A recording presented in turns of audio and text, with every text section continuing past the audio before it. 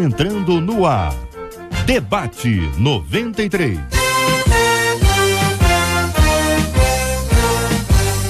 Realização 93 FM. Apresentação J.R. Vargas. Alô, meu irmão, alô, minha irmã, aqui fala J.R. Vargas. Estamos de volta, começando aqui mais uma super edição do nosso Debate 93 de hoje, nesta sexta-feira, 13 de maio de 2016. Que a bênção do Senhor esteja aí sobre a sua vida, sobre a sua casa, família, trabalho, igreja, sobre todos os seus. Toda a nossa equipe já está aqui a postos para te atender, para te receber, para te ouvir. Você liga, você fala com o Debate 93. Fale com o Debate 93. 2461-0093. E-mail debate@radio93.com.br. Facebook Rádio 93 FM. Site www.radio93.com.br. Fale com a 93 pelo WhatsApp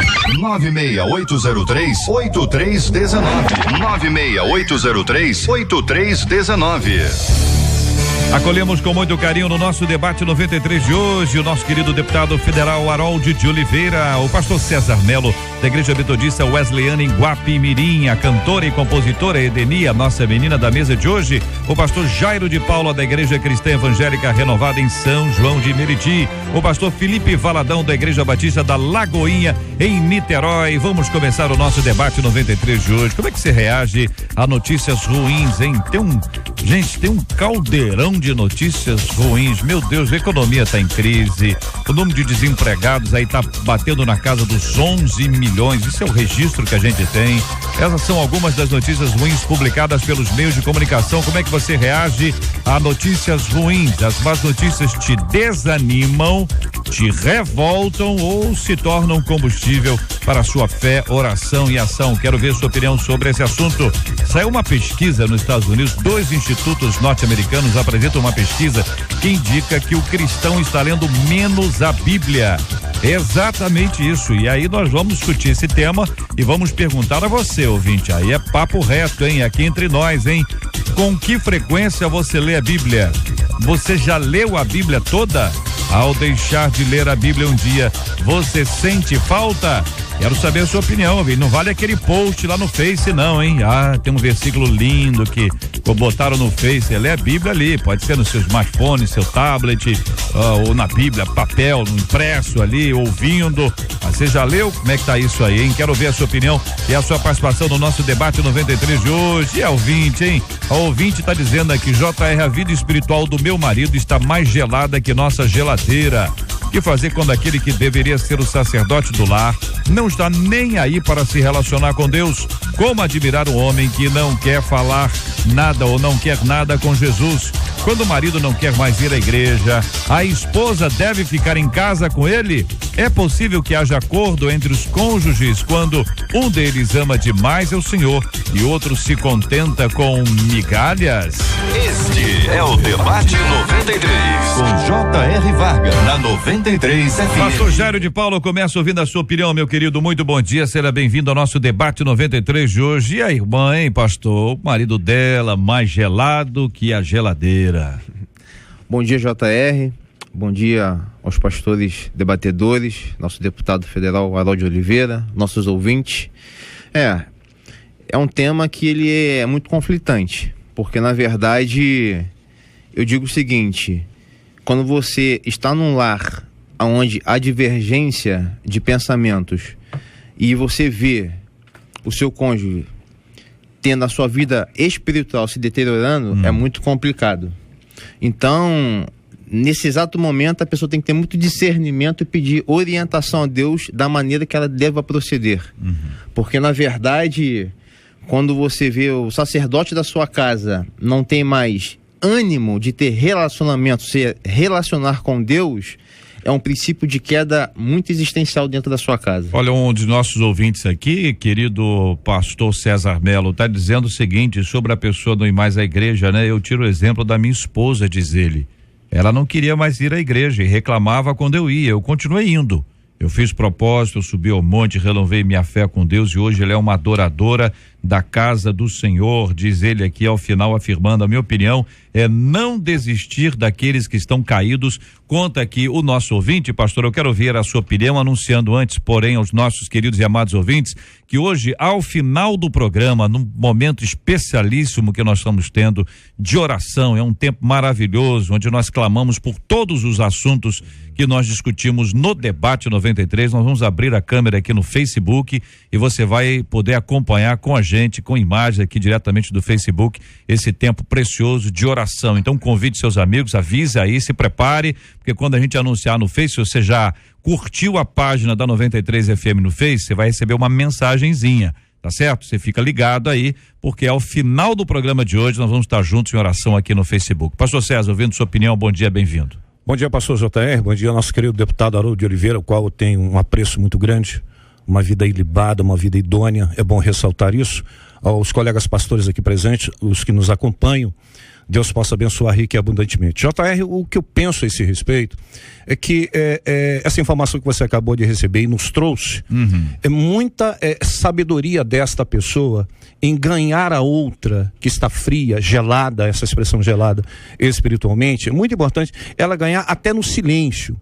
A oração tem um efeito tremendo.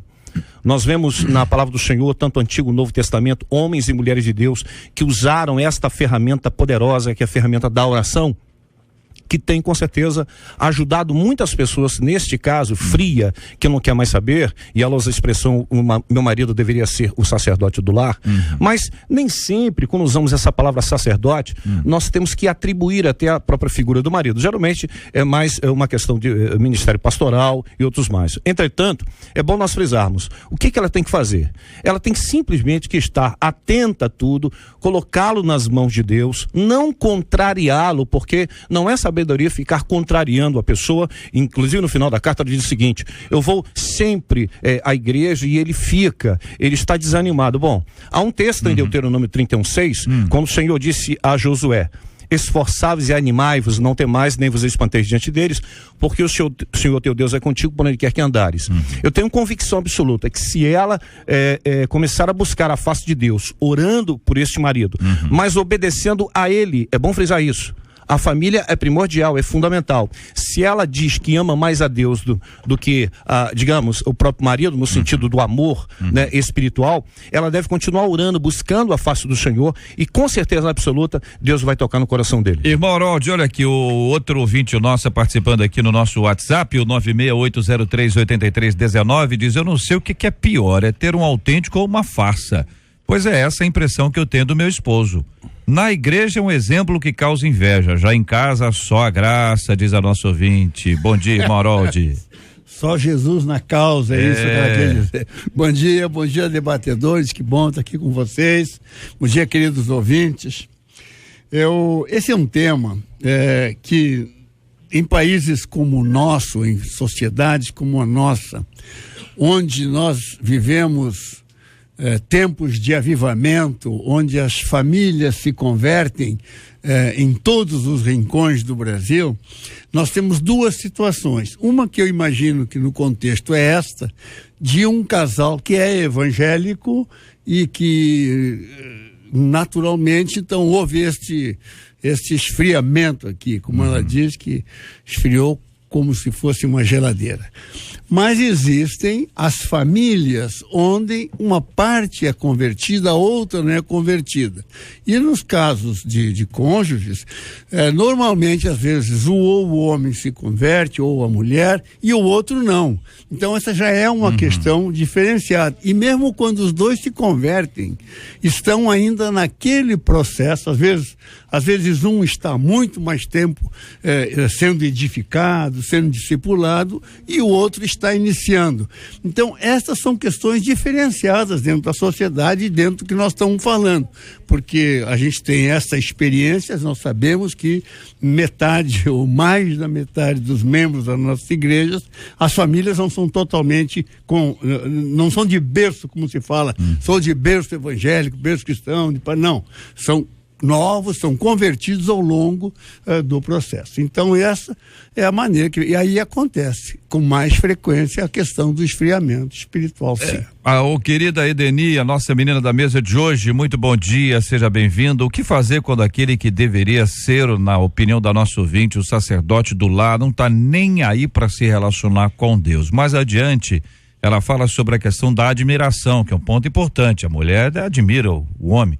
Agora, quando a admiração vai para o espaço, é para o espaço que tem de ir o marido. Tende a ir o marido, né? Para deixar o português claro e a dicção melhor ainda. Bom dia, JR. Sim. Bom dia, os meus companheiros aqui de debate. Estou feliz que o deputado está aqui do meu lado hoje. Fazia tempo que ele não participava, pelo menos na mesa que eu estou.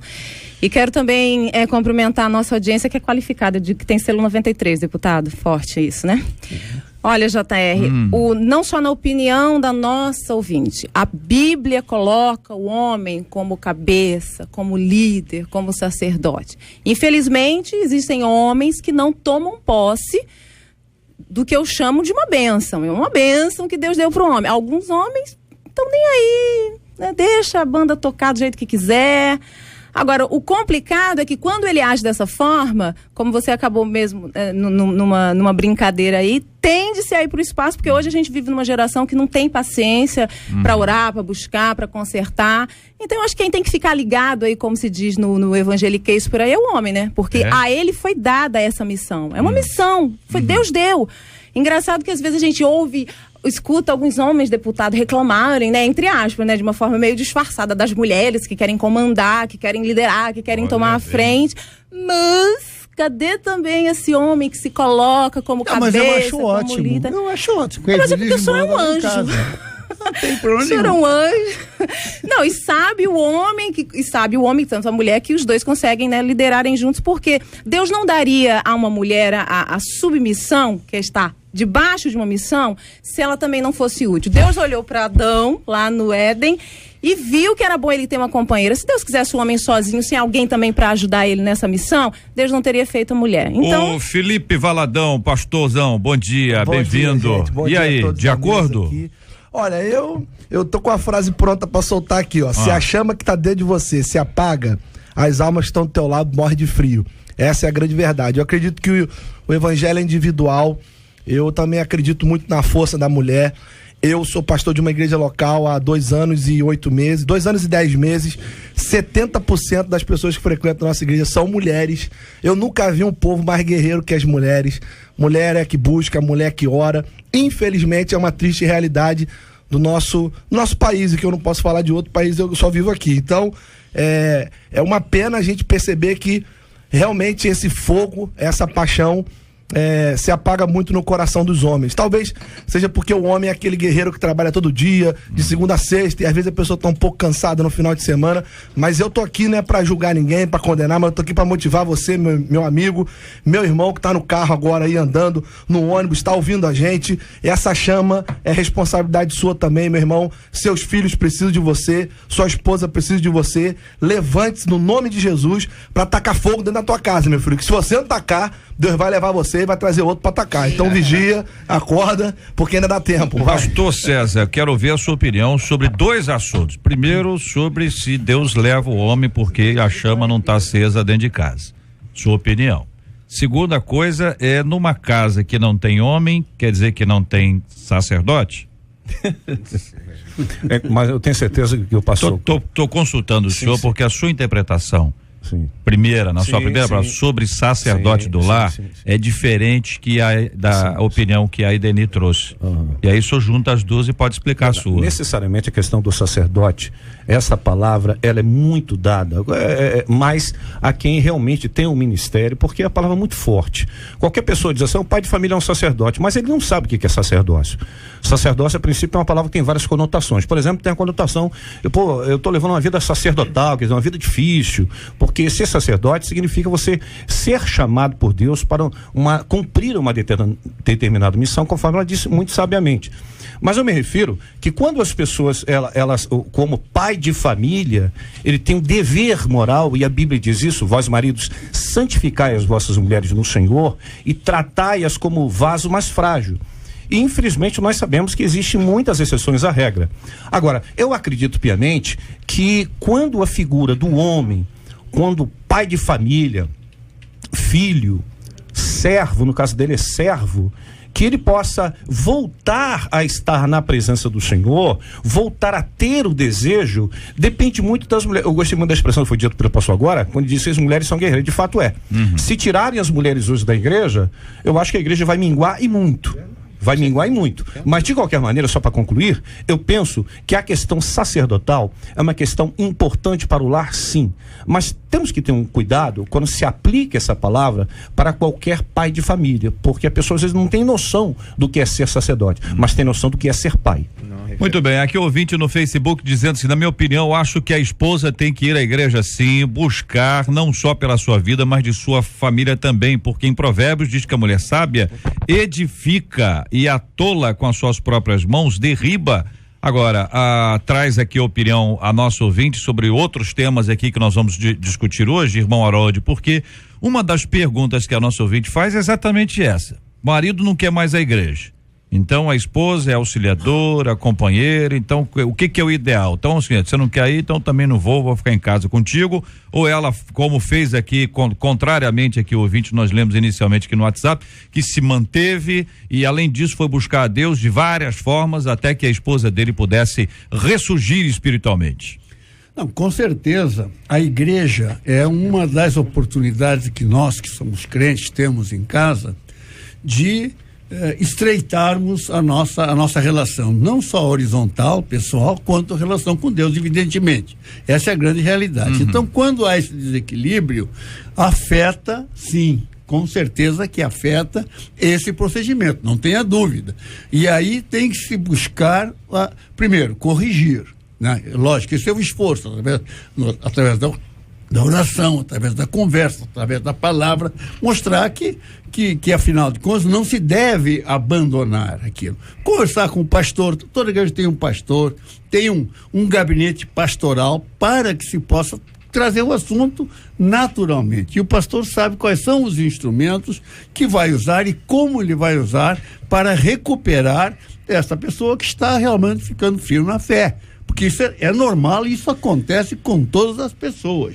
Não é uma questão que estamos tratando aqui que é excepcional, não, isso aqui não. É natural e é normal. E esses momentos têm que ser tratados dessa forma. Agora, com certeza, desequilibra em casa, sim. Edeni, vai à igreja ou não vai à igreja?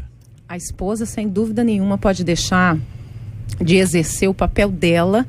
E independente de ser esposa ou não, ela é serva de Deus, ela tem a chamada, ela tem a chama acesa. JR, é importante dizer que salvação é individual. Tem muito marido aí também, né, pendurado na barra da saia da esposa, acreditando que por um milagre no arrebatamento... Vê aquela mulher clamando, orando e deixa... Exatamente, e é acomodado, é complicado, porque como você vai deixar de fazer algo que há uma chama dentro do seu coração, porque alguém não faz? Eu acredito que com sabedoria, essa mulher, ela não deve mudar jamais o comportamento dela, porque é dela, é inerente dela. É igual Daniel na cova do leão, entra lá, não vai se desesperar, Deus vai fazer o leão dormir, tirar a fome do leão, mas não vai acontecer nada. O leão aí seria quem? Não, foi só uma metáfora, JR. Foi só uma ideia. Essa história aqui é mais comum do que a gente pensa. Isso aqui é a realidade, né? Nós somos pastores de igreja, a gente sabe. Isso aqui é a realidade da maioria das mulheres na igreja hoje em dia. Então é manter firme a chama, manter firme o fogo de oração, de clamor, crendo no Senhor Jesus e será salvo tu e a tua casa, diz a palavra de Deus. Aliás, até a própria estatística que o pastor Felipe trouxe, 70% da membresia da igreja, que é uma igreja grande, é de mulheres. Só de mulheres. E as mulheres são muito mais proativas do que os homens, né, JR? Isso aí é fato. Não é concernente à obra, sim. Porque quando você vê um envolvimento nas igrejas, a maioria das desenvolvimentos são as mulheres. Elas que oram, elas que estão sempre pegando firme, com um comprometimento maior do que os homens. Então, nas nossas igrejas hoje tem esse problema em relação aos homens. Agora, o ouvinte de Guadalupe está dizendo o seguinte: nem sempre a pessoa que não vai à igreja está frio. Não dá para medir a temperatura espiritual de alguém pelas vezes que ele vai à igreja. Tem pessoas que vivem enfurnadas na igreja porque não tem prazer na família, na sua casa, e por dentro é mais frio do que o outro. É uma análise adequada que faz aqui o nosso ouvinte de Guadalupe? Eu creio que sim, pelo seguinte, atentamente ao que você acabou de dizer, nos arremete ao seguinte fato: existem pessoas que estão na igreja constantemente, mas são pessoas que estão e não estão ao mesmo tempo na igreja. Eu até costumo dizer... Eles estão, mas não são da igreja. Estão, mas ao mesmo tempo não são. É o que nós chamamos de religiosidade. Justamente. Então, né? essa religiosidade é perigosa porque faz com que a pessoa só tenha interesse próprio naquilo que ela vê, não por aquilo que sente. Aí é o perigo. Existe um grande problema que está acontecendo, inclusive, no meio das igrejas, entre o ser e o ter. Deus não nos chamou para termos, Deus nos chamou para sermos. É bem diferente, porque o ser traz o ter. Mas o maior problema aí, que eu percebo, é que nessa analogia que foi dita agora, a pessoa em si, se ela parar para pensar e ver que igreja não é clube, não é ONG, não é sindicato, não é nada disso. Igreja é o corpo místico de Cristo, o qual nós vamos lá para adorar o Senhor, fazendo o papel daquilo que Jesus apelou: o Pai procura adoradores que o adorem em espírito e em verdade. Então, para que possam estar ali, sabe, adorando ao Senhor, levando a sua família. Agora, existem muitos freezer dentro da própria igreja. Agora, a Bíblia nos diz, Cristo nos ensinou que são pelos frutos que nós vamos conhecer as pessoas, e estar na casa de Deus para adorar ao Senhor não é um dos frutos visíveis ou não? Porque tem muita gente a frase assim, tem muita gente na igreja fria, tem muita na igreja quente também tem, então também, não é isso? Eu acho coerente, mas perigosa, né? Eu não sei, eu vou fazer um monte de analogia aqui, mas vamos dizer uma bem popular aqui. Eu sou flamenguista, mas eu não vejo jogo, mas eu não vou no jogo, eu não assisto. Não precisa pedir desculpa, não. Se desculpando por quê? Se a gente tem que estar junto, a gente tem que participar, ser corpo, ser família. A igreja é o organismo vivo. Mas há um fenômeno, que nós estamos falando de igreja aqui enquanto a congregação. Sim.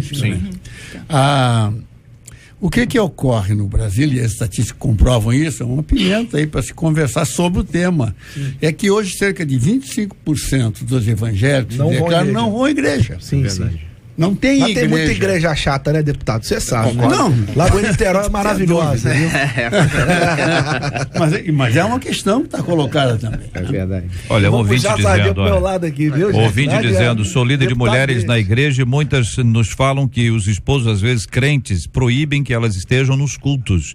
Eu as aconselho a obedecer e orar para que o Senhor os converta, diz aqui a nossa ouvinte. Vocês já fizeram várias ponderações aqui e muitas outras ocasiões sobre as pessoas que acabam exagerando no tempo de dedicação, né? Tem igreja que tem culto de manhã, de tarde, de noite, só de segunda a segunda. É verdade. E aí não tem como, né, pastor Jário? Tem que ter equilíbrio, né? Exato, não tenha dúvida. Porque na verdade é o equilíbrio que ela tem que ter, que é importante. Ela não pode também estar 100% envolvida na igreja e esquecer a sua casa. Então isso é um conflito que ela vai trazer para dentro do seu lar. Tem que ter a dosagem e o equilíbrio moderado das coisas. Quando a Bíblia fala sobre a sabedoria, né, da mulher, mas nesse caso a gente amplia também, porque em muitos textos não se fala especificamente da mulher, mas a gente entende que vale também para a mulher, então vamos ampliar um pouco aí também para os homens. Tudo tem que ter equilíbrio, né? Eu acredito que está numa hierarquia: Deus, família, igreja. Se isso começa na balança, um pender mais, o outro, né, ficar invertendo, isso fica complicado. O Valadão brincou aqui do meu lado dizendo que tem mulher que prefere estar mais na igreja do que com o marido. Eu falei, deve ter algum motivo, mas ainda assim, pera lá, é preciso ter a sabedoria, porque é para equilibrar o negócio. Porque o princípio da vida em si é o equilíbrio. Por exemplo, se você tomar água demais, comer demais, dormir demais, tudo ou de é menos. Osmose, no sentido do equilíbrio. Tem uma distinção importante: a igreja não pode ser lugar de fuga, né? Não. A igreja é refúgio, é fortaleza, mas não é nesse aspecto, no sentido de se fugir, né, ou de se afastar do marido que eventualmente é uma mala. Vou dar um conselho para uma pessoa que esteja passando por isso aí, tá ouvindo a gente. Quem sabe, de repente, essa irmã vai com o marido visitar um outro local, uma outra congregação, onde o moço de repente lembre de algo que fez bem a ele um dia, ou seja, de repente é um misto de coisas que estão acontecendo aí que faz o cara também não ter vontade de ir à igreja, que faz também a pessoa não ter vontade de não sair de casa. Às vezes o jogo do Botafogo, como o pastor falou que é botafoguense, tá melhor, entendeu? E aí a concorrência tá grande. Então eu acho que tudo é válido, né? Não é pecado fazer isso, a pessoa não está errando fazendo isso, né? Eu acho que o mais importante é não perder a família. Eu vim de Belo Horizonte salvar a minha família. Meus pais estavam a ponto de separar e tudo. E eu vim para cá para lutar pela minha casa e pela minha família. Eu acho que nada, né, nenhum sucesso vale o fracasso da nossa família. Então isso é em primeiro lugar. O ouvinte de Irajá dizendo o seguinte: meu marido agora deu para mentir que vai pro grupo de homens, né? Nós conversamos, ele disse que vai ficar mais junto, entendeu? Orar junto, e acaba não fazendo. Até meu filho cobra, eu me sinto como essa ouvinte, perdendo as forças. Ele disse que tá indo pro grupo de homens, não disse qual. Né? Eu tô indo pro grupo de homens, enfim. A história mostra o tempo inteiro que essa batalha contra a carne que o Espírito desenvolve na nossa vida e que a gente tem que lutar porque faz parte dessa postura de cristianismo também é contínua. A tendência do ser humano, mordido pelo veneno do pecado, é ficar frio. Ele vai ficando anestesiado, daqui a pouquinho tá geladinho. E essa luta é muito grande. Mulheres lutem pelos seus esposos, esposos lutem pelas suas mulheres, pais lutem pelos seus filhos, e todo mundo lutando vai ficar um pouquinho mais fácil. Mas enquanto nem todos estiverem lutando, porque ainda não estão com forças para isso, você que percebeu que precisa, não deixe de lutar.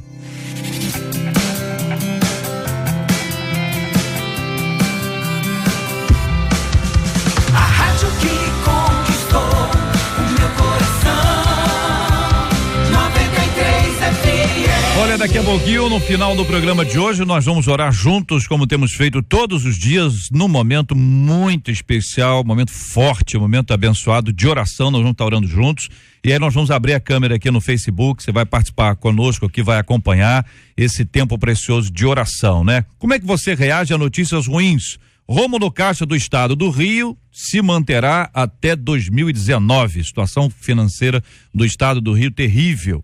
Economia em crise no país. Prévia do PIB indica queda de 1,4% no primeiro trimestre. A Aviação Bangu é a 6ª empresa de ônibus a fechar em um ano no Rio. Temos quase 11 milhões de desempregados no país.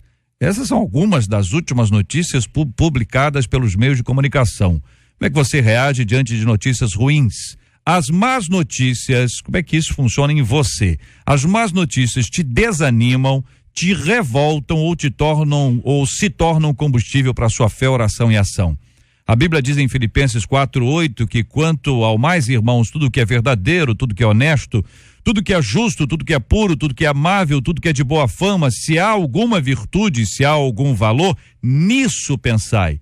Como aplicar esse texto às nossas vidas quando recebemos más notícias? Eu pergunto aos nossos ouvintes, perguntando inicialmente aos nossos debatedores. Ô, JR, eu penso o seguinte, eu acho que isso é um assinte à Constituição, isso fere a Constituição, isso fere principalmente ao trabalhador, um rombo no caixa do Estado.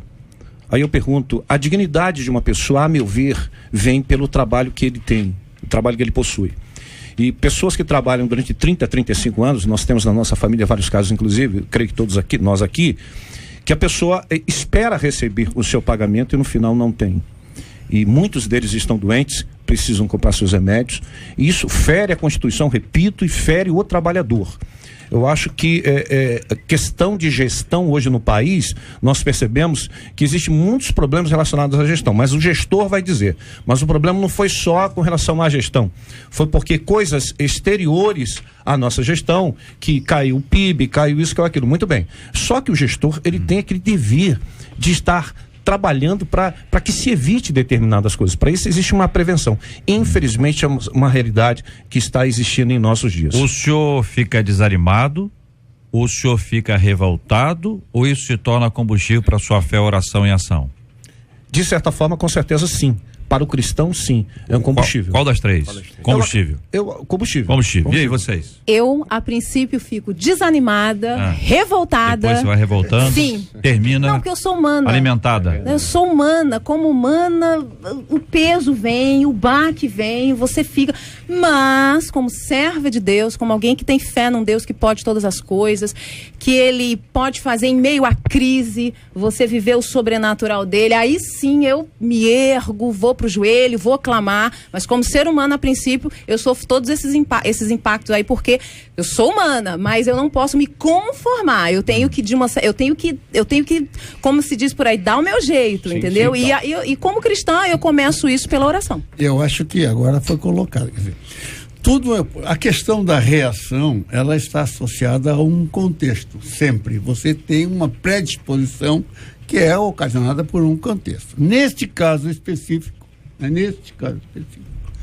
nós temos o quê? Nós temos aí uma situação totalmente devastada no nosso país, nas áreas, como falou o pastor, onde atinge a dignidade da pessoa, a dignidade do ser humano, a dignidade do cidadão. Quer dizer, a dignidade da cidadania, do exercício da cidadania está na lona no país. Por quê? Nós não temos... todas as famílias têm desempregados, o supermercado está cada dia mais caro, nós não temos uma perspectiva. Isto não foi causado, porque aqui falou o Estado do Rio, e eu até, como secretário deste Estado, sou secretário de Trabalho e Renda nesse Estado aqui, estou licenciado no meu mandato para esse fim. Então, o que acontece? O que eu percebo e o que eu faço? Nós temos que tirar minhoca de cimento para poder manter as coisas andando. Agora, não vamos correr atrás de culpados, vamos ver o contexto. Por que está assim? Qual é o contexto que nós vivemos? Economia, como diz aqui, caindo 1,4%. Não gera emprego. A cadeia produtiva está, então, em decadência, em queda livre. Com isso, não gera riqueza. Não gerando riqueza, não gera tributos. Não gerando tributos, o Estado não arrecada, o Estado não tem dinheiro para cumprir as suas obrigações. É exatamente isso. Para os Estados-membros, dentro de um país onde a União é a toda poderosa, é dona de 70% do caixa, o Estado-membro é absolutamente dependente, não tem como reagir.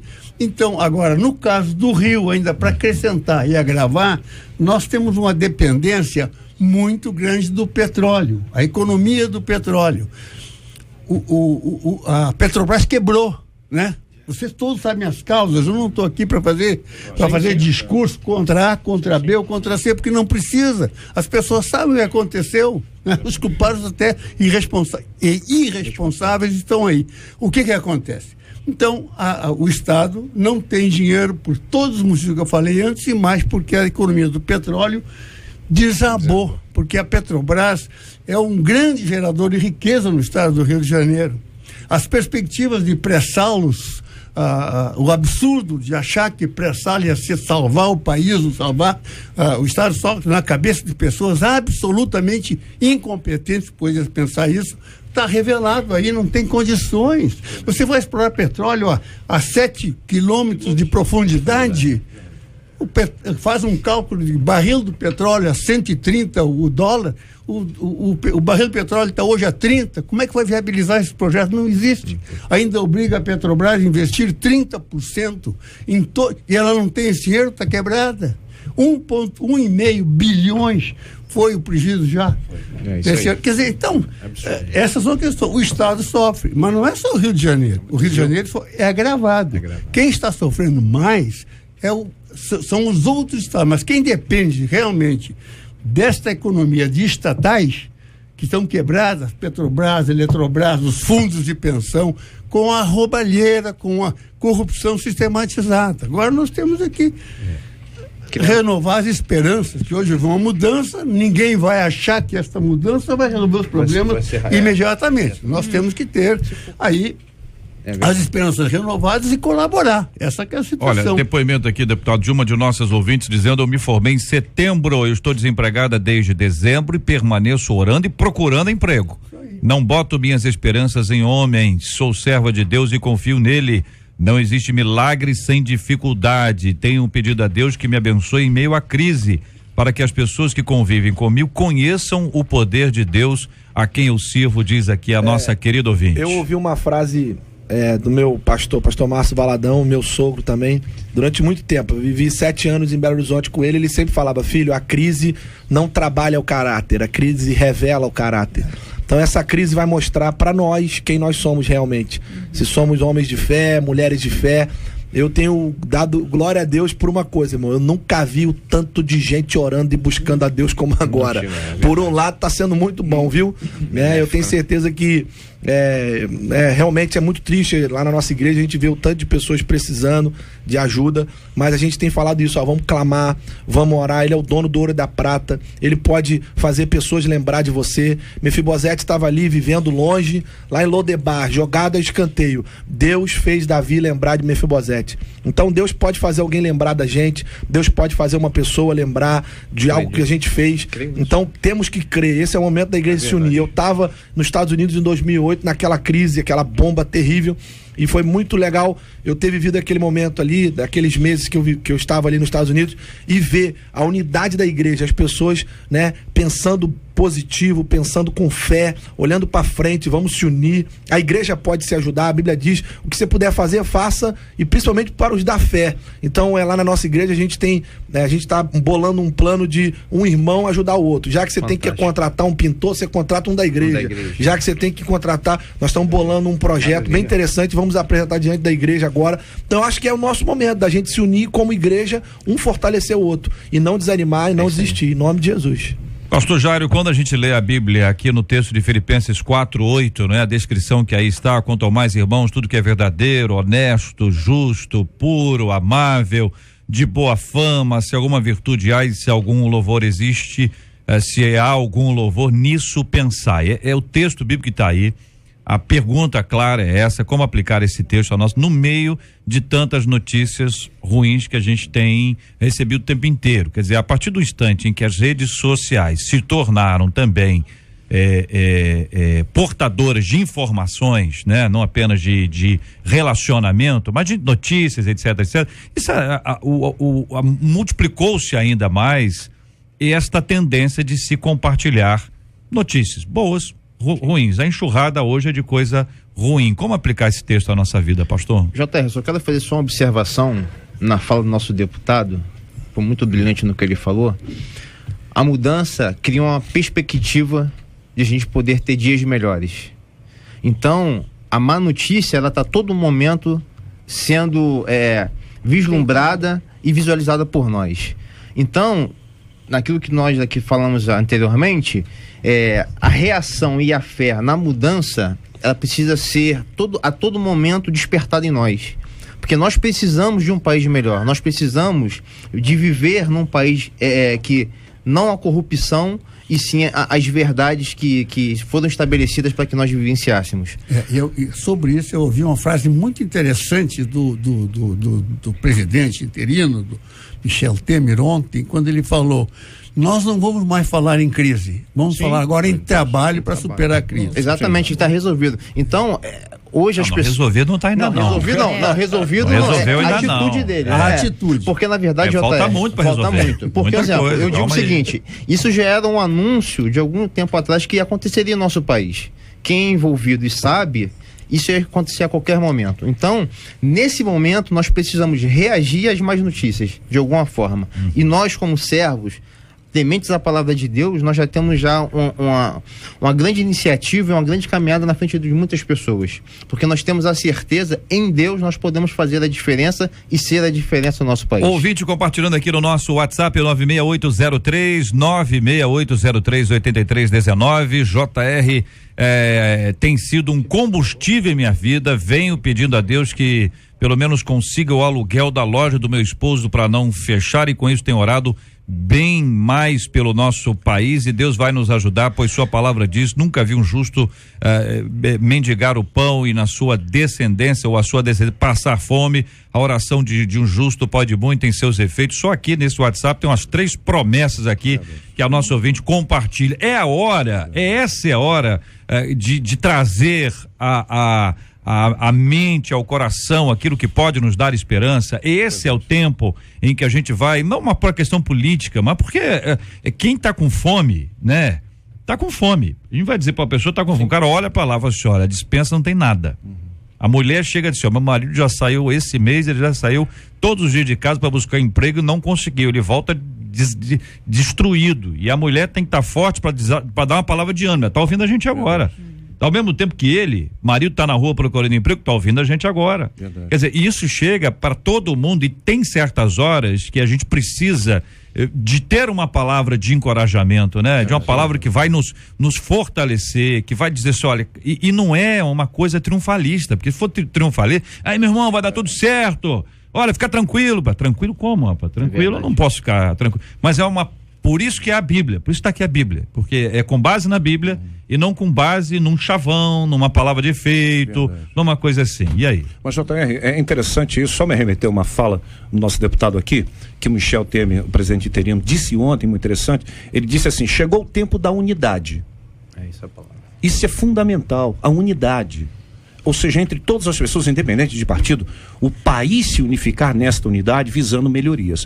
Agora, é interessante que até no caos existem oportunidades. Por exemplo, Israel quando estava no deserto não tinha nada, não tinha água, não tinha nada. Mas quem é o provedor? O nosso El Shaddai, o Deus mais que suficiente. Então ali ele proveu pão, proveu a água, e é interessante isso. O nosso Deus, ele provê as coisas. Creio que as oportunidades estão chegando para o país. Eu creio numa melhora maravilhosa no nosso país. A Bíblia diz que a fé vem pelo ouvir e ouvir da palavra de Deus. Para que haja um encorajamento sobre o que nós estamos discutindo agora, com base na palavra de Deus, ela precisa ser lida.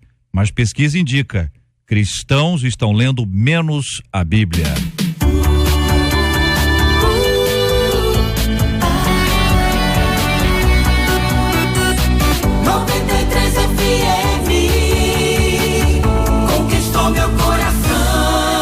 Vocês sabem que os americanos fazem pesquisa de tudo, né? Quem vai à padaria de short, quem anda de sandália de borracha, né? A pesquisa dos americanos tem pesquisa para tudo. Mas essa aqui é uma pesquisa que tem muito a ver com a gente. 2 institutos se uniram, fizeram a pesquisa, estão trabalhando nesse assunto já há algum tempo. Então diz a pesquisa: em 1980, 73% afirmavam ler as escrituras, enquanto 59% afirmam fazer isso hoje. É a diferença entre 1980 e 2016, né? É o que diz a pesquisa. Bom, em termos de frequência, atualmente 16% dos entrevistados dizem que leem a Bíblia todos os dias, 16%. 21%, toda semana eles leem, semanalmente. 12%, todo mês eu leio a Bíblia, 12%. E 41% estão entre os que leem a Bíblia raramente ou nunca leram as Escrituras. Estamos falando aqui que essa pesquisa foi feita com cristãos, correto? Sim. Perfeito? Ou chamados ou supostos cristãos. Muito bem. A pesquisa aponta ainda que as mulheres são muito mais propensas a ler a Bíblia do que os homens. Confere com o que vocês disseram no primeiro bloco aqui. Cerca de 43% das mulheres leem as Escrituras diariamente, em comparação com 29% dos homens. Com que frequência você lê a Bíblia? É a pergunta que apresentamos aos nossos ouvintes. Você tem o hábito de fazer devocional? Você já leu a Bíblia toda? Ao deixar de ler a Bíblia um dia, você sente falta? O que a Bíblia representa para você? Ouvinte amado acompanhando a gente aqui, e eu passo aqui inicialmente aos nossos queridos debatedores para ouvi-los sobre esse quadro. É verdade isso? É uma realidade norte-americana ou podemos aplicá-la à nossa realidade brasileira? Estamos lendo menos a Bíblia? JR, segundo informações, o brasileiro, de forma costumeira, ele não tem muito hábito para leitura. Agora, quando a gente traz para o âmbito de igreja, o camarada que tem um manual prático de vida, que é a Bíblia, se ele não tem o costume de fazer leitura da mesma, ele está vazio de muitas coisas. Então, se nós temos isso como prática, fundamento de vida para nossas vidas, a Bíblia tem resposta para tudo. Tem resposta que às vezes nós menos esperamos que possamos encontrá-las, a Bíblia nos dá. Então, se ele não tem esse respaldo fundamentado na vida dele, para mim, ele tem que ser qualquer coisa menos crente. É importante salientar que esse tema aqui, de uma certa forma, ele está linkado com o tema anterior. Porque você mesmo disse, né? A fé vem pelo ouvir ler a palavra de Deus. Então, por exemplo, foram citadas aqui 3 promessas, né? Eu vou falar apenas de uma. O justo, né? Você nunca vai ver um justo mendigar o pão, né? Nem a sua descendência. Tem gente que nunca nem soube que isso estava escrito na Bíblia. Tem gente que nunca sequer nem leu, não sabia. Tem gente que está ouvindo e fala, caramba, tá escrito isso, caramba, vou tomar posse, né? Tá lá em algum lugar. Isso está na palavra, existe tantas outras, muitas outras promessas que você pode tomar posse e nunca tomou porque não leu, não lê. Você precisa ler, aprender, ter comunhão com o Senhor, devocional. Quando foi falado aqui das mulheres, alguém deve ter pensado assim, mas as mulheres têm mais tempo. Quem foi que disse que às vezes as mulheres têm mais tempo? Às vezes você tá lá no trabalho, a mulher, mas sempre tem alguém que pensa, JR. Sempre tem alguém que pensa. Não, eu não disse que alguém aqui falou, eu disse que alguém pensou. Né? Eu disse que alguém, porque com certeza alguém pensou, mas com certeza as mulheres têm mais tempo que nós homens, porque nós trabalhamos, e nós não trabalhamos, é filho, é roupa para lavar, é louça para lavar, é tanta coisa para fazer. De repente a gente trabalha até mais do que vocês. Só que o que tem, independente de ser homem ou ser mulher, a gente precisa dedicar um tempo à palavra. Às vezes a gente dedica tempo para tantas outras coisas. É preciso estabelecer prioridades. Leia a palavra e tome posse das promessas. Tem a ver com o link anterior. Você, inclusive, vai ter até mais fé para reagir a esses tempos tão difíceis. Eu sou parte aqui dos 21%. Eu leio só durante a semana. Eu não leio a Bíblia diariamente, né? Se eu sou um mau exemplo, então me perdoe. Mas eu quero deixar uma coisa clara aqui, que eu sou da seguinte opinião.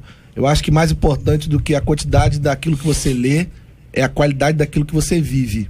Eu tenho colocado muito em prática isso na minha igreja, né? Eu conheço muita gente que lê a Bíblia toda, mas não vive um versículo da Bíblia, né? Eu conheço gente que faz campanha para ler a Bíblia em uma semana, mas não consegue deixar de falar mal de uma pessoa um dia. Então, eu na minha igreja, a gente tem trabalhado muito em cima dessa coisa da qualidade.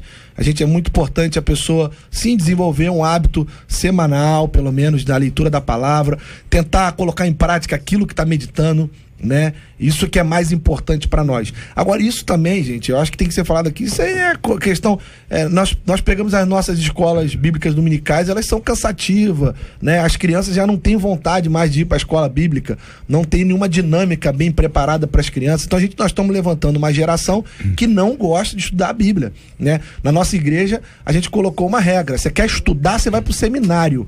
E aí a gente bota isso como... A gente tem um seminário teológico com mais de 1000 alunos na nossa igreja, com 2 anos e 8 meses a igreja. Então a pessoa, pastor, a gente quer uma coisa mais... Então você vai pro seminário. Eu não posso pagar. Quanto você pode pagar? Você vai pagar quanto você puder, pra gente poder repassar pros professores.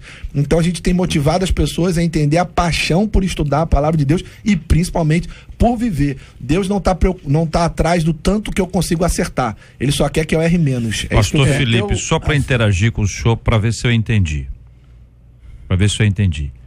Evidentemente nós precisamos viver a palavra, dialogar com ela, colocar a palavra em prática, estudar a palavra. Se a pessoa puder ler toda hora, que ela leia. Muito bem, então o senhor acabou explicando. Que exatamente, quer dizer, se você puder ler o dia inteiro, você lê. É o encorajamento a que o ouvinte faça uma prática diária da leitura, mas não faça, aí é o outro ponto que o senhor colocou, de forma automática. JR, eu não acho é uma gincana para ler tudo, né? Nosso deputado pra pensar. Aqui, todo mundo tá aqui falando, nós estamos falando de trabalho, nós estamos falando de crise, nós estamos falando de tudo. Eu acho estranho uma pessoa que tem que trabalhar, que tem que correr atrás, ficar 24 horas num monte dentro da Bíblia orando. Eu acho estranho. Nós estamos criando uma geração de vagabunda na igreja. É verdade. Né? Então é isso que eu estou dizendo. Eu tenho a minha prática, eu tenho que viver, eu tenho que trabalhar, eu tenho milhares de pessoas para cuidar dentro da igreja. Então a gente desenvolve isso. Olha, tu vai trabalhar, tu vai caçar, tu vai sustentar tua família. Eu costumo dizer, mas não perca a prática semanal, pelo menos, de você meditar na palavra de Deus. Eu costumo dizer, até brincando, o seguinte: a Bíblia não é porta-sovaco.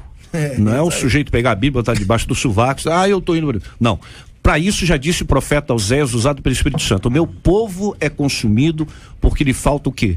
Conhecimento. E o que foi que Jesus apelou? Vós errais, não conhecendo as Escrituras, nem o poder de Deus. Cuidais ter nelas vida eterna, porque são elas que testificam de mim. Infelizmente, as nossas escolas dominicais, falo por mim, por mais que você fale, tente, incentive, eu acho que de um modo geral das denominações, elas não têm a mesma frequência nunca como nos cultos de domingo à noite, por várias razões, mas uma delas é porque as pessoas às vezes pegam o seguinte gancho: a Bíblia está aqui, eu estou salvo, está tudo bem. Infelizmente essa estatística, ela é tão real quanto o que está acontecendo nos dias de hoje. Se em 1980, só um segundo, há 36 anos, diz que 21% é que lê, 12% não, mas olha só, nós temos uma Bíblia que mostra, aponta o caráter de Deus. Eu costumo dizer duas frases: eu não conheço a Deus pela oração, eu conheço pela palavra, mas eu não movo a mão de Deus pela palavra, eu movo pela oração. A questão da leitura, quer dizer, o pastor Jairo no início já falou, é que a leitura da Bíblia, ela tem uma orientação para chegar ao conhecimento. Porque se você não chegar ao conhecimento da palavra, você nunca vai ter o entendimento, você mesmo, estou falando já de pessoas convertidas, você não vai se edificar, né? Você não vai fazer a caminhada, que é uma caminhada longa, né? Porque o afastamento é enorme, né? Então você tem que fazer essa caminhada, e a igreja é responsável. Então, a leitura bíblica, quando se fala isso dentro da igreja, no meu entendimento, ela é a busca justamente, a leitura, estou falando de ler, o ato de ler, de pegar e ler os versículos, até porque muitas linguagens bíblicas são extremamente difíceis para o entendimento médio das pessoas que não conseguem entender.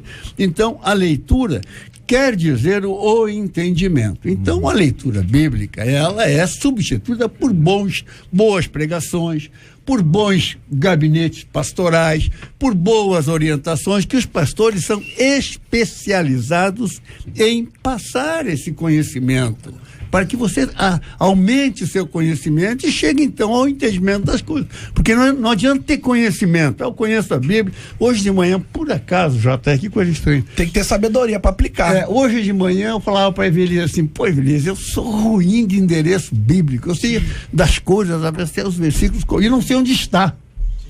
Aí ela falou para mim assim: mas eu também não. Agora, eu sei todos os conceitos, eu leio a Bíblia não com essa regularidade, mas eu toda semana... Mas conhecer é guardar e aplicar. É, isso aí. Guardar e aplicar. Guardar e aplicar. Isso então, eu acho que a questão da leitura é importante, claro, principalmente no novo convertido, nós falamos disso. Fundamental. Para não ficar aparecendo nada aqui, olha só, a Bíblia está o tempo todo falando para nós, medita na palavra dia e noite. O salmista, no capítulo 1, já começa dizendo: bem-aventurado o homem que não anda segundo o conselho dos ímpios, não se detém no caminho do pecador, não se acede à roda de mas antes tem o seu prazer na lei do Senhor, e na lei medita de dia e de noite. Então, é fundamental. O que eu estou dizendo aqui é que existe sim também, ao mesmo tempo que existe, eu não sei de onde vem essa pesquisa, como você fala, o americano faz pesquisa para tudo, mas de um tempo para cá eu tenho observado um desejo e um fogo maior pela paixão pela palavra. Eu tenho visto isso no meio dos jovens, não só no meio dos jovens, no meio da igreja de uma forma geral, e glória a Deus por isso, porque lâmpada para os meus pés é a tua palavra e luz para o nosso caminho. O que seria de nós sem a palavra? Os avivamentos, pelo menos a história que se conta deles, eles começaram na palavra. É fundamental. Jesus Cristo disse de maneira clara em João capítulo 5, versículo 39: examinai as escrituras, pois julgais ter nelas a vida eterna, e são elas mesmas que testificam de mim. Não sei se você já foi no médico e o médico fez um exame à distância. Estava com a espinha, ou uma coisa assim, estava com a espinhazinha, e o médico não fez o exame, né? Não apurou aquele processo todo. Simplesmente olhou para você e disse: você tem isso, tem aquilo. Ou então sua casa teve uma rachadura e chamou lá um engenheiro. O engenheiro ele simplesmente olhou e disse assim: ó, não cai não, ou cairá. Sabe aquele exame à distância? É disso que eu tô falando. Então, Jesus falou para examinar. Depois em João 8:32 ele diz: e conhecereis a verdade, e a verdade vos libertará. A gente às vezes diz que é a verdade que liberta. Liberta é o conhecimento da verdade, é diferente. É o que está na palavra. Conhecer a verdade é que liberta. Se não conhecer, quer dizer, se for uma coisa simples, não. Fica só informação. Não é isso? Não, fica só informação. É a diferença. Aí entra aquela questão, JR, que tem que ficar clara aqui entre ler e meditar. Não tem um versículo da Bíblia dizendo que a gente tem que ler a Bíblia. Diz que tem que examinar e meditar. Então é diferente, porque a meditação traz conhecimento. Para examinar precisa ler, né? É verdade. Começa pelo ler. Traz. Mas a minha avó leu 30 vezes. A Bíblia não sabia o Salmo 23. Não há entendimento, portanto não há libertação. Como ser instruído se não há aprendizado? Toda a escritura é divinamente inspirada por Deus e útil para ensino, repreensão, correção, educação na justiça, a fim de que o homem de Deus se torne perfeito e perfeitamente habilitado para toda boa obra. Estou lendo segunda carta de Paulo a Timóteo, capítulo 3, versículo 16 e 17, a descrição clara. Eu tenho a impressão que há aqui entre nós um consenso. Total. Consenso temos que ler a Bíblia o máximo possível. Lógico. Agora, existe uma diferença e precisa ser destacada entre você decorar um texto, tá certo? E você meditar no texto. Crente sem Bíblia, cachorro quente sem salsicha. Decorar um texto, às vezes você não consegue aplicá-lo à sua vida em hipótese alguma e terá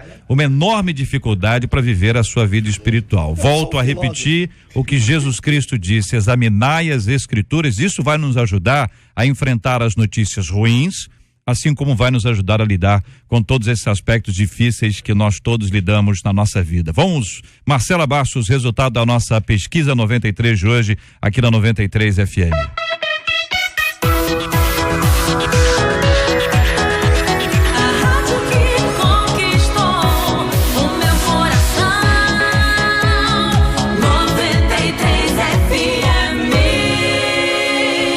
Então, você conhece alguma mulher que sofre porque o marido não quer mais ir à igreja? 93% dos nossos ouvintes afirmam que conhecem. Obrigado aqui aos nossos queridos debatedores participando do programa de hoje. Querida Edeni, Deus te abençoe, muito obrigado. Eu que agradeço, é sempre muito bom estar aqui nessa sexta-feira 13 do trânsito abençoado. Eu não posso deixar de mandar um abraço para o pastor Ezequias, sua família, sua esposa Adriana, seus filhos Caleb, o pessoal todo ali do bairro de Estuquim, Nova Friburgo. Também um beijinho especial para a missionária Rosa, que está me ouvindo ali em Nova Iguaçu. E para minha querida Maria Helena, quero agradecer a todos que oraram. Ela está fazendo aniversário amanhã, também o seu esposo, pastor José Carlos. Que Deus abençoe a todos. Maravilha, muito obrigado, pastor Felipe Valadão. Forte abraço, querido. Deus abençoe sempre. JR, obrigado pelo carinho, viu? Deputado, obrigado por você abrir essa porta sempre pra nós aqui, todos os amigos aqui da mesa. Beijo a todos. Esse final de semana, 1 ano do Next, o culto de jovens da Lagoinha Niterói. Vem estar com a gente. JR, Deus abençoe, querido. Tamo junto. Obrigado, pastor Jário de Paula. Deus abençoe. Eu que agradeço, JR. Um abraço a todos. Um beijo pra minha esposa e minha filha Rafaela e todo o povo das Serras Jardim Meriti. Deus abençoe. Maravilha. Pastor César, obrigado, querido. Muito obrigado, pastor JR Wagner. Um forte abraço a todos da mesa. E eu quero agradecer a Deus por mais essa oportunidade e mandar um forte abraço para nossas queridas ovelhas em Parada Modelo Guapimirim e minha família. Deus abençoe. Maravilha. Deputado Harold, obrigado, querido. Obrigado, JR. Parabéns, pela produção, o dinamismo que nós estamos vendo, né, nesse tempo no nosso debate. É importante que esses temas se entrelacem para a gente aproveitar justamente a orientação pastoral, a orientação bíblica, a orientação teológica para edificar. Esse é o nosso compromisso pedagógico com o nosso querido ouvinte que está todos os dias conosco, nos prestigiando e aprendendo. Então, fico muito feliz de perceber isso a cada dia. Maravilha. Nós vamos orar juntos agora. Vamos pedir ao pastor Felipe que ore conosco. Estamos abrindo aqui a nossa câmera, falando com os nossos ouvintes, estão nos acompanhando aqui no Facebook da 93 FM. Esse é um tempo em que a gente para orar, em que a gente busca Deus, em que a gente apresenta diante de Deus todos os nossos assuntos. E já há algum tempo nós temos orado todos os dias pela cura dos enfermos e pelo consolo aos corações enlutados. Porque às vezes a pessoa está acompanhando a gente hoje, está muito alegre, mas amanhã ela está triste. O que está triste hoje, amanhã está muito alegre. Então tem sempre alguém passando ou uma questão da enfermidade ou a perda de uma pessoa especial. Então a oração pela cura e pelo consolo nos acompanha todos os dias. Mas hoje nós também vamos orar por aqueles casamentos que estão em conflito porque um dos cônjuges está frio espiritualmente. E esse esfriamento, em geral, ele não acontece de uma hora para outra, mas é um processo que vai corroendo a vida espiritual e acaba complicando muitas vezes a vida relacional dentro de casa. Isso vale para o marido, para a esposa, para os filhos, vale para todo mundo. Nós vamos orar também por essas notícias ruins que acabam alcançando o coração da gente, a nossa mente. Como nós precisamos lidar com esse assunto, né? Como é difícil às vezes receber uma notícia ruim e aquilo nos abate. E a Bíblia nos encoraja a enfrentar as notícias ruins a partir da sua palavra que é ensinada, e à medida que nós vamos meditar na palavra do Senhor, ele vai enchendo o nosso coração de fé, de esperança e de confiança nele. Nós passamos a acreditar no milagre que por si só é enfrentar o impossível. É a graça de Deus sobre a nossa vida. Nós vamos orar também pela leitura da Bíblia. Nós precisamos ler mais a palavra do que líamos anteriormente. Nós precisamos meditar na palavra do Senhor e aplicá-la à nossa vida e ainda compartilhar a palavra. A evangelização é o compartilhar da boa nova, do evangelho. E nós precisamos estar juntos na palavra. Então, para você que está acompanhando a gente pelo rádio, para você que acompanha a gente agora no Facebook da Rádio 93 FM, nesse momento de oração em que vamos juntos buscar a presença de Deus, pastor Felipe vai orar conosco, que Deus nos abençoe, nos dê um final de semana muito abençoado na presença dele. Vamos orar juntos em nome de Jesus. Pai, unidos nós entramos na tua presença e concordando com a tua palavra que diz que aquilo que ligarmos na terra será ligado no céu. Deus, nós ligamos na terra agora, unidos aqui, oração, a restauração de famílias agora, Pai, no nome de Jesus. Essa mulher que nos ouve agora, essa irmã que chora pelas madrugadas, que clama pelo seu marido, que se esfriou, que se desanimou, que de alguma certa forma, a gente não sabe como, mas desistiu da caminhada, Deus, mas ela tem clamado e eu quero orar por essa mulher. Pai, aquece o coração dessa mulher a cada vez mais, para não desistir da família, para não desistir dos seus, Pai, dos seus filhos, que de repente estão desviados, envolvidos nas drogas. Pai, no nome de Jesus, clamamos e unimos a nossa fé agora por essa mulher, para que ela não desista, e nós chamamos à existência, mais uma vez, o coração e a paixão desse homem. Pai, traz de volta para casa agora, esse marido, esse pai que se desanimou, que se frustrou, ou que foi setado pelo pecado. Nós oramos em nome de Jesus, para que venha um despertar, que caiam as escamas dos olhos, Deus, em nome de Jesus, para que esse jovem agora, ao ouvir a nossa oração, ao ouvir o clamor da igreja, ao ouvir a oração de sua mãe, ao ouvir a oração dos seus avós, Pai, no nome de Jesus, que esse jovem seja novamente incendiado pelo teu Espírito Santo. Nós clamamos por famílias e por restauração de casas agora, Pai. Nós oramos também, Pai, pelo nosso país. Deus, só o Senhor sabe quanto o Brasil tem chorado, Deus.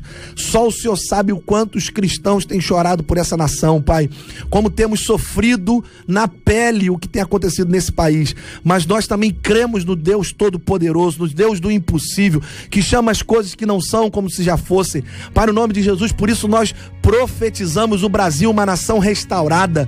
Nós declaramos o Brasil uma nação próspera, uma nação rica. Nós abençoamos o Brasil e cremos que o Brasil será referência para o mundo, Pai, de um país que saiu da lama, de um país que saiu da vergonha. Onde houve vergonha, nós profetizamos dupla honra sobre o Brasil, Pai, no nome de Jesus. Clamamos pelos governantes dessa nação.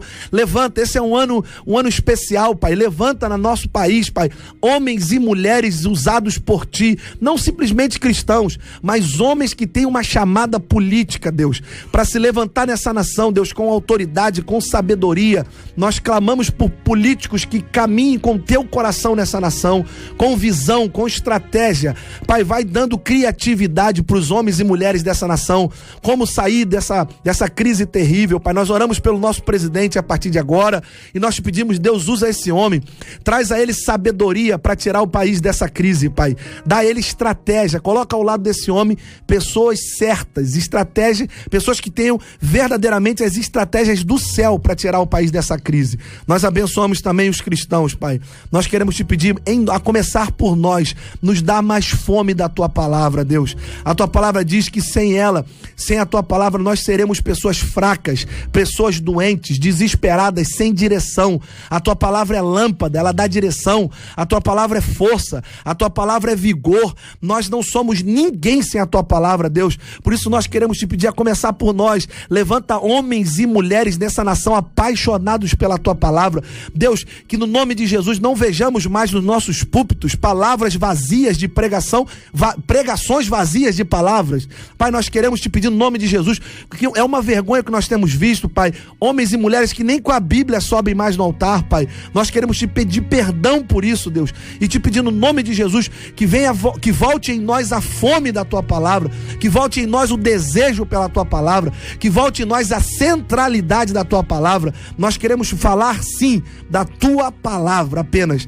porque nós sabemos que o povo não será destruído quando conhecer a tua palavra, Deus. Em nome de Jesus, nos dá cada vez mais desejo de te buscar, de mergulhar em ti, desejos pela madrugada, Deus. Dá-nos anseio de crescer em ti, Pai. É o que nós pedimos nessa hora e te agradecemos por tudo, em nome de Jesus. Amém e amém. Deus te abençoe.